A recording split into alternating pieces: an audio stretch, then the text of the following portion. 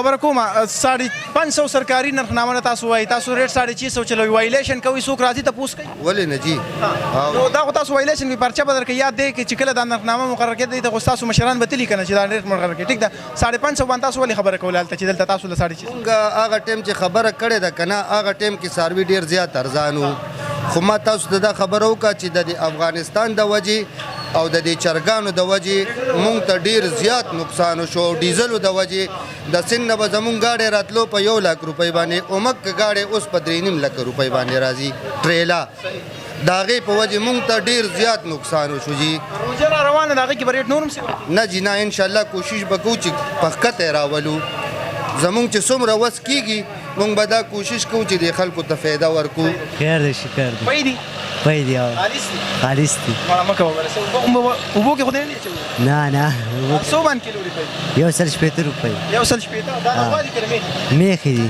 د میخې پی 150 مخکې په څو مخکې په 150 10 روپۍ ګران شو 10 روپۍ ګران شو پی خو دې خالص دي که نه خالص دی الله دې پکې برکت واچوي مهرباني بالکل ګراني ده ارزاني خو د سره نه راغی پاکستان کې جي لږه ده کړې ښه ډېره ده جي روزې له بوت نور هم یو دوه نېزې را ډېره چې د خیره حد نه وته د حد نه جي بالکل بار ہوتے ده غریبانان خلک دیاړي وکړي که بچو له پې خرچه خوراکات راوړي اوړه پې راوړي چیني پې راوړي څه پې راوړي تیر حکومت چې کوم د پی ټی آی والا هغې کې چې به کله ریټونه لږ بړاو شو خصوصا د پېټرولو به 12 روپۍ ریټ وختو اکثر یا 2 روپۍ روډونه به بند شو احتجاجونه به جلسې جلوسونه به لانګ مارچونه به بلا قصې قطارې به اوس هېڅ هم نشته خلک دومره خاموش دي اوس یې چې خلکو له د کرونې ستنې وویل هغه جس یې ترې وښکل اکران چې پکې کم و که نه هغه ترې ووته غیرت ترې ختم شو جي اوس څوک څه روځي پښتاني ذلیله کړه چې 10 روپۍ شی ګران شولو عوام به راوتل اوس چې 100 ګران شي څوک راوتی نه شي نه څوک تپوس کولی شي بالکل یې ختم کړو که چا تپوس وکړه د ځان نو کېدی شي چې بیا الټه په تاڼه کې حوالات کې پراته وي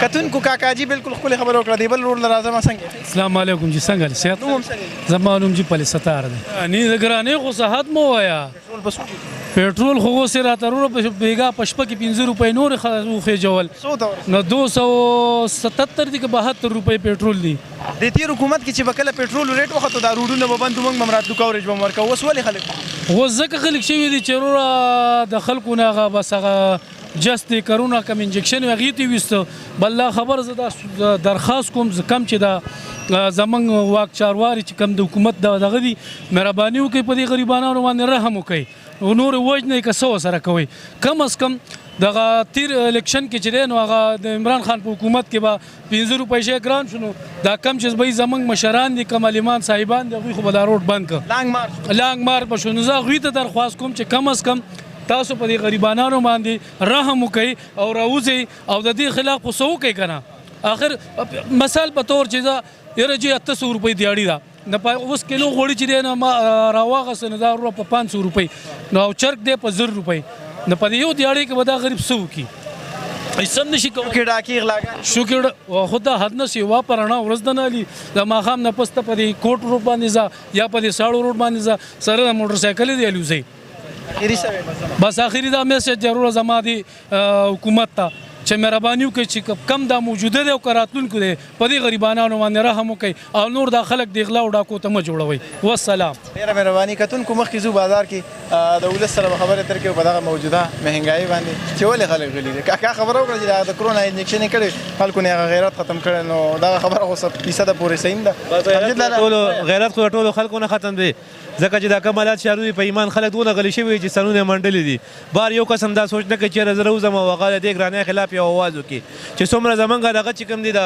څومره چې زمونږ پاټو والا دي هغه هم غلي دي واجب لاول به دا چې یو شی به ګران شو د عمران خان په حکومت کې هر سړی به راووتو چغې به یې والې په روډونو باندې نن زه ګورم په ایمان کې یو قسم دی روډ ته راوځي هر سړی دا سوچ کوي نګراني په کم حد کې ده والله خلک مرته تیار یو په تریپل یو په نه چې د هغې یو په دغه خبره چې د حالت ته وګورې که نه نو خپل مرګ ته هر سړی تیار شوی دی نو مهرباني دا ده چې لکه دا خلک راوځي که دا آینده حکومت دی که تېر شوی حکومت دی خو پکار دا دی چې د خلکو ته چې کوم د سهولت میلاو شي او دغه ورته میلاو شي نو الله دې وکړي چې زموږ په دې ملک باندې الله خپل رحم فضل وکړي ودرېده او نور به څه ووایو جلال بهي به دغه مهرباني زو مخکې د نورو خلکو سم خبرې اترې کوو راشه ورور راشه دا یو ورور دی وایي چې در زمزم د څه خبرې اترې کوم نو راشه السلام علیکم وعلیکم السلام مخامخ شه د نوم دې څه دی؟ عادل خان. عادل څه کار کوي؟ جی سټوډنټ یم. موجوده حکومت کې ګراني شته؟ او جو ډیره ګراني ده، ډیر خفه یو قسم دی. ولې خلک غلي دي؟ عوام ولې غلي دي؟ یاره بس عوام غفلت کې دي. ور سړی چې کم دی نو سوچ او فکر د چا نشته دی. موږ په یو پارټۍ پسې روان یو، څوک په بل پارټۍ. چې موږ اجتماعي سوچ وکړو، موږ فکر وکړو چې دا قوم ولې چې کم دی غرق شو، تباه او برباد شو، اصل پښتون تباه شو په ایمان چې د ژوند نه مړه موړ دی. ډیر خفه یو. او بل دا خبره ده چې موږ سټوډنټان یو، دلته کرایي کله سیوا شي په ایمان چې رجسټر علي نو په 3 4 500 رجسټر دی، مخکې په 100 بالپین په 60 روپۍ دی، په 30 روپۍ دی، د 15 روپو بالپین. نو بیخي خفه یو، انتهایی خفه یو. او قوم داسې یو خو غفلت کې دی په ایمان چې قوم پاسي نه، قوم پته نه لګي چې څه چل پې شوی دی. خو چې دا را یو ځای شي پارټیانې پرېږدي، کله چې څه چلو شي نو دلته چې کوم دی یو د یو دغه پارټۍ جنډه نیولي، بل د بل او راوتي. نو دا نه ده پکار چې موږ ټول را یو ځای شو. موږ مسلمان اجتماعي سوچ دی نو موږ به صحیح شو، ګینې موږ به غرق شو، تباه او برباد خو یو، نور به هم تباه او برباد شو. ته ګران دی یاره، هر یو شی ډېر ګران دی په ایماندارۍ. دا اخیستونه نه دی. که غوړه ته ګورو غوړه لا ګران دي، که دخوا سبزو ته ګورې سبزی لا ګرانې دي. په ایماندارۍ موږ سره یو سم غم کړی چې دا به څه کېږي. غوښه به څو درکړه؟ دا خو یې راله په خو د 1000 روپو ده، کیلو نه زیات راله. کیلو به څو وه؟ کیلو یې په 650 ورکوله. او ریټ سرکاري څه دی پته ده؟ یاره سرکاري خو راته پته نه چې څوک یو ریټ چلی، څوک بل چلی. 500 سرکاري نرخنامه ده. ها 550. ها چلیږي پاکستان دی. نو پاکستان دی، څوک تپوس نه کوي، څوک تپوس نه کوي په ایماندارۍ. خو چې چا څوک ړقه کېږي بس خدای کو څوک هم د چا نه تپوس نه کوي. وایي دا چې خپله هغه دی چې چا څنګه وکړل. او د غریبانانو د خدای مل شي، غریبانان تباه او برباد شول. غلطي د چا ده کاکا؟ یاره دا خو زه وایم چې دا خو د حکومت غلطي ده. نو چې حکومت یې سموي نو سمېږي، چې حکومت یې نه سموي نو څه به سمجي. دا حکومت چا جوړ کړی؟ حکومت خو بس یاره په ایماندارۍ خدا څه خو د خلکو جوړ کړی دی چې ووټونه وله ورکړي او بیا موږ یې راولو حکومت که نه، او بیا زموږ مني نه. هر یو یې قسم غواړي چې ووټونه چې دنه غواړي نو په کور ته به درپسې درځي او مینتونه ورته کوي. وایي 10 کاله مخکې به دې پلار مړي، د هغې دوا له راځي. وایي پلار دې مړ د خانه تا خانه که خو 10 کاله بالکل هغې له به دوا مړ به وي او دوا به اوس به دوا وکړو که نه. او چې کله جام دی نو نه راځي. او بس الله دې رحم وکړي. کتونکو بس موږ هم دلته خبره ختمو، خو غلطي ټوله زموږ ده. ما خو تاسو ته وړاندې مې چې غلطي زموږ ځکه ده چې کله اوس دا بیا الیکشن را روان دی نو د غریب سړي کې بیا هغه چینجی راوچت شي، هغه ټوپونه پکې وایي پلان کې زنده باد، ډنګرې دیالي مو ته پرېږدي، بچي م راولي، ښځې م راوباسي. زه من صبر کوه، ښځې م راوباسي جلسوله، ماشومان م راوباسي، دیالي مو ته قضا کړي، اوټ لمزي. دا سم خو بلې راغستی وایي پلان کې خان زنده باد د 500 روپو یا د 100 روپو دپاره خپل اوټ خرڅ کړي. پوره ګپ لګو، خپله دیالي مو ته قضا کړي، 400-500 وله جیب کې کېږي، خپل زمین خرڅ کړي. چې تا خپله فیصله په پیسو وکړه نو ته به بیا د دغه حکمران نه د ښه ورځې څه تمه وکړي. دغه شان ذلیله ښیي پښتانو، دغه شان شرمېدلي ښیي چې تر څو پورې تاسو کې عقل نه راغلی، شعور د کې نه راغلی، د خپل حق تپوس د کې نه راغلی. ریټ سرکاري دغلته 550 د غوښې چلېږي، دلته ریټ 650 چلېږي، نرخنامه 5.5 د ریټ 650 چلېږي. نو تپوس دلته اړو څوک شته، څوک دا وایي چې تا ولې دا غوښه ولې په 550 باندې 650 باندې کې. خو بس دا تپوس هغه جي سره زه دا خبره کومه که نه چې دا خلک یې اخیستی شي، پوه شوې. او زموږ دیالي نه 3 ورځې زما دیالي قضا شوې ده. بیا چې هلته ما اوبه اچولي، ما ته وایي مه راځه، اوس مې هم پیسې پاتې دي که نه. راولګېدله ما بیا دلته دې پاټک کې ناست یم، ډډه مې والي. 2 کاله پس ما دیالي وکړه. څومره دیالي ده؟ زما دیالي 1000 ده، 200 ده، پوه شوې. وټ دې چاله ورکړی؟ وټ مې یو لم یې نه دی ورکړی چې پاکه دا سړی دی هغه زنده باد مرداباد والي. مهرباني وټ ورکومه، زه په شا مې اوبه چلولي، ما له بل ګاډی را کړې ده. الله دې رحم، الله دې رحم. کتونکو لاړم او پښتنو دغه شان ذلیله ښیي، دغه شان شرمېدلي رسوا ښیي، د غړو قطار کې ښځې راوباسي، دغه شان یې ودروي چې خلک د کې ور چې څو پورې د خپل حق تپوس نه شي کولی. داسې ذلیله او خوار به اوسئ. عبدالکاران نه دي، دي ټیکهداران ټیکې ونیسي لوبیا ورته کېږي.